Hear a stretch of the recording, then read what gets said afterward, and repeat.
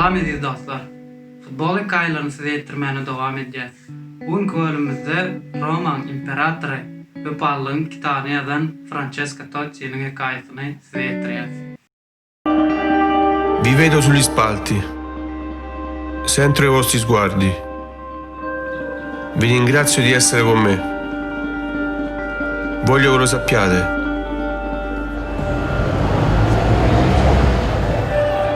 Sapete cosa penso? Sapete chi sono davvero? Questo è qualcosa che non posso darvi. Ma posso darvi 90 minuti con tutto il mio cuore. E ve lo do da 20 anni. In 670 partite e 282 gol.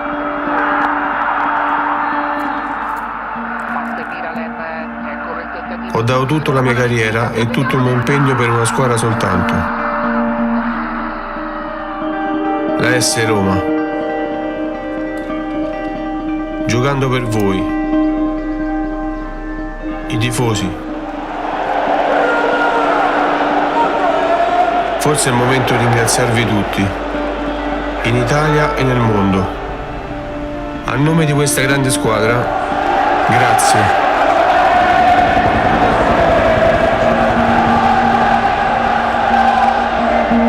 Mi avete dato quanto di più uno si possa donare. L'energia di andare avanti. Spero ciò possa soddisfarvi, ma posso capire se non è così. Credetemi, dico sul serio.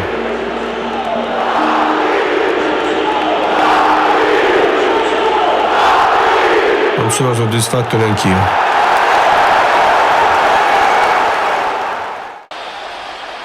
Questo ragazzo con la fascia di capitano ha 38 anni e guardate cosa è stato capace di fare. Adesso che fa? Manda un SMS, che fa?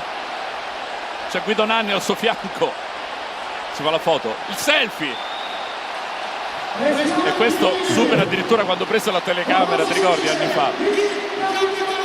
Si è fatto. Futbol taryhyny birnaçe oýunçylar gördük. Taryhyň iň gowylary diýip bilaýjeklerimiz.Gysgaça aýdanymyzda Legendalar.Emma Tottini, bulardan aýyran başga bir zat bar. Olam, wepalylyk. Roma üçin ömrüni beren adam. Imperator.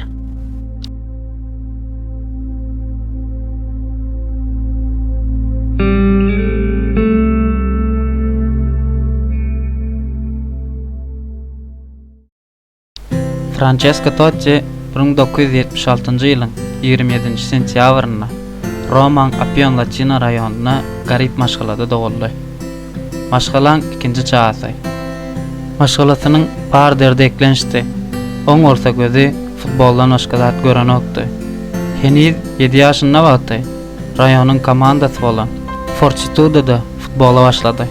Gyzga wagtyň içinde görkezden täsirli oýun bilen Smith Trastavera'da ve Izian'nın Lodican komandasyna transfer oldy. Bu ýerde görkezden owadan oýuny bilen güýçli komandaların radaryna girmäne başlady. Milan we Italiýa ligasyndan käbir komandalar Francesca'nın almana teýnaşdylar. Emma netije bolmanyny. Hatda Totti oýunlary şeýle görüň berýär. Öýümizin gapysy kakyldy. Gapyny ejem fiarellaşdy. Gapyň aňyr tarapyndaky kişiler men futbol karieramy kesgitlemekçidiler. O kişiler özlerini futbol direktor diýip tanatdy. Emma Roma klubundan däliler. Kara gyzyleşik dediler. Milandan gelipdiler ve olan komandasy üçin oýnamagy misleýärdiler. Ejem kapytaky adamlara näme diýenleri öýdýäňiz? Eger Romalylar çağa bolsaňyz, diňe iki variantyňyz bardyr. Roma ýa-da Lazio. Hatda biziň maşgalamyz üçin diňe bir komanda bardy. Roma üçin oynamak. 13 ýaşynda Roma transfer olan Francesca 3 ýylyny Roma'nın dubline geçirenden soň 1993-nji ýylda Serie A'daky birinji oýunyny Brescia garşy oýnady. Oýun durmuşymyň iň ýatdan çykmajak pursady diýip Totti. Täze sezonyň açylyş oýunyna Roma üçin birinji golunu fojaşy salypdy. Şeýlelik bilen hem Italiýada hem dünýä futboluna ýoş-ýoş özüne yer edinmäne başlady. Okuw bilen futbolu birlikde ýöretip bilmedik Totti, okuwy bir ýam taşlapdy. Aklyna Romadan başga zat ýokdy. Oynan oýunlaryna ýoş-ýoş tejribe gazanýa, oynamayan oýunlaryna da bir fanat ýaly tribunadan komandasyna balet edýärdi. Başga bir Rimliden tapakly däldi. Ýyllar geçdikçe komandan iň gerekli oýunçysyna öwrilen Totti heniz 23 ýaşynda Roman kapitanlygyna saýlandy. Bu seriýada kapitan bolan iň ýaş oýunçy diýmekdi. Gitdikçe tejribe gazanan Francesca Euro 2000'de İtalyan iň uly güýçleriniň biridir. Finala çenli gelmäni başaran İtalyanlar kubowy Fransiýanyň elinden alyp bilmediler. Ýene de İtalyanlara görä Totti o turniriň iň gowy oýunçylaryndandy. Eli kuboksyz dönen Totti iň uly arzularynyň biri de seriýa çempionlygyny gazanmakdy we bu arzuwy 2001-nji ýylda hasyl boldy. O ýyl Fabio Capello'ň trenerliginde Totti Batistutaly Cafuly Roma seriýa çempionu boldy. Çempionlukdaky iň uly pay elbetde Imperator Totti'ye değişlidi ve talaplarım artık başlapdy.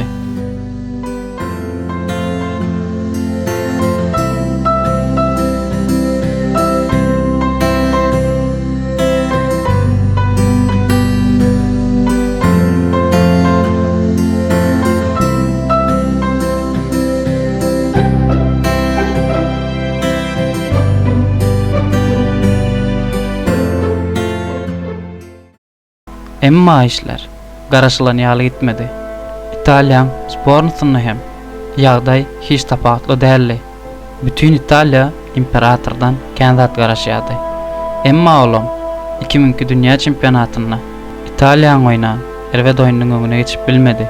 Üstesine de çeyrek finalda Günörta Koreýa garşysyna gyzyl kartçyka görüp oýundan çykarylypdy. Italiýa bolsa öýüne gaýdypdy. Bu wakadan soň Totti kıyın günler geçirýärdi. Euro 2004'te Christian Paulsen'e tüýküren üçin 3 oýun jerime alan Totti ýene İtalyan şowsuz bolmasyna günäkärlenen birinji adamdy. Buloň üstüne 2006-njy ýylyň gyşynda aýagy döwüldi. Totti İtalyan gözünden düşdi de arkasyna Roma wady. 2006-njy ýylyň tomsyna bolsa Italiýa Serie A ligasy paraxorluk skandaly bilen dünýä futboluny sarsdy. Muň netijesinde Juventus'a, Milana, Fiorentina we Lazio uly jerimeler berildi. Hatda Juventus Italiýanyň 2-nji ligasy bolan Serie B uğradylypdy. Italiýa futbolu uly çöküşdedi. Ayağa alyp biljek ýekeje zat bady. 2006 dünýä çempionlygyny gazanmak. Totti çempionatdynyň agyr şike salypdy. Emma bu turnirde bolaýmalydy. Ayağı döwülenden 4 ay soň aýagyna dakylan platin bilen futbola döndü. Italiýa ullakan borçy bardy. Bu edek Italiýa üçin kän zat etmeli. Gruppada Ganan we Çekiýany 2-0 Italiýa Amerika garşysyna 1-1 oýnady we birinji tura çykmany başardylar. Birinji turda Awstraliýany Totti salan ýeketek penalty gol bilen geçdiler. Çeyrek finalda Ukrainany arkaýyn geçen Italiýa polfinalda 119-njy minutda Grosso we 120-nji minutda Telperaň salan goly bilen finala adyny ýazyrdylar. Inni ýekeje zat galypdy. Bütün bolan Erwed günleri unutturmak üçin ýekeje zat.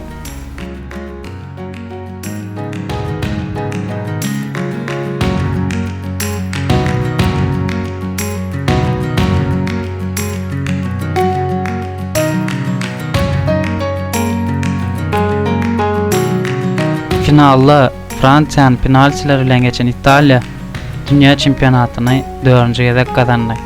Emma Italiýa üçin iň wagyp bolany bu kubokdy.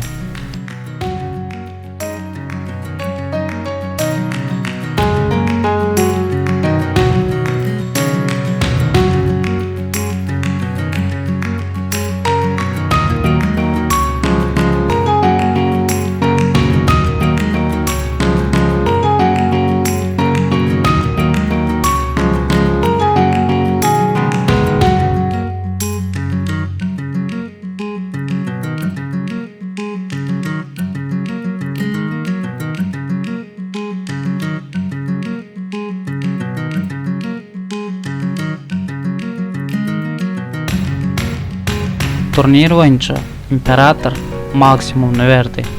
Transfer teklipleri ýagmana başlady. Hatta Real Madrid'in prezidenti bolan Florentino Perez'dan gelen teklife ýok diýdi. Roma üçin oýnamak isleýänini aýtdy. O Roma'da işledi. 30 ýaşynda seriýada bombardier boldy. Karýerasynyň iň gowy ýylyny geçirdi. Liderligi we harizmasy gün-günden artýardy. Totti halkyň içinden biridi.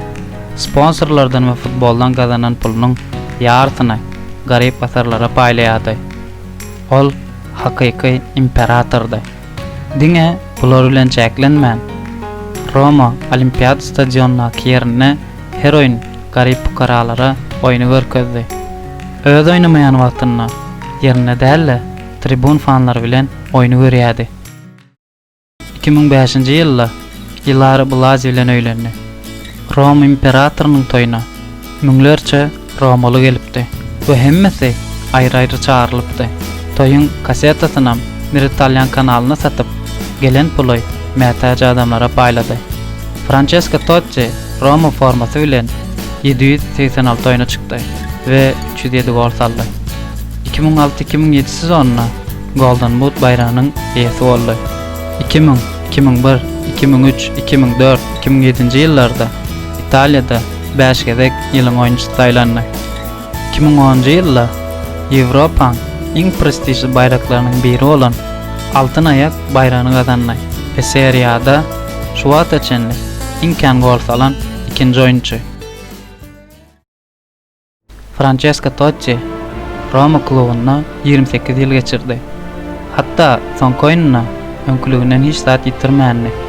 Ýaşy geçdikçe Amerika, Hekaýy we Katardan bir topar transfer teklipleri gelse-de Totti bular eliniň tersi bilen itdi.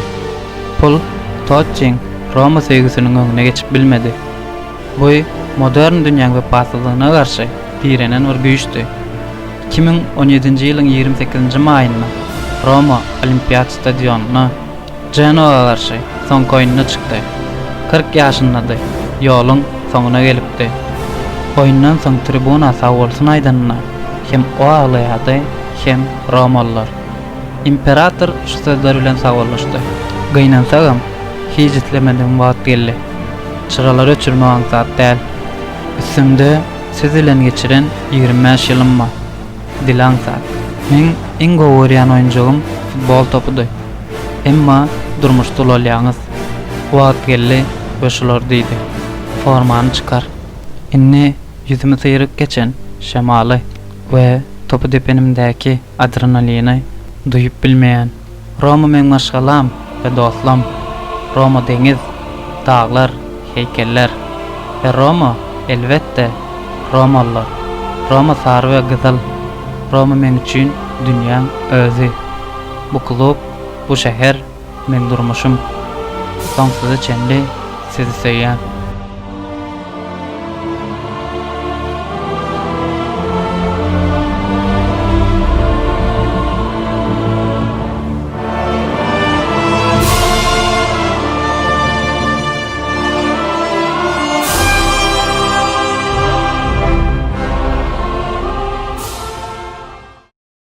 Yine o bölümümüzün sonuna geldik. Eğer video görünüzden turan olsa aşağıdan YouTube kanalımıza koşulup bize gollap beriplersiniz. Ondan näme? Indiki bölümde görüşýänçek. Sağ olun.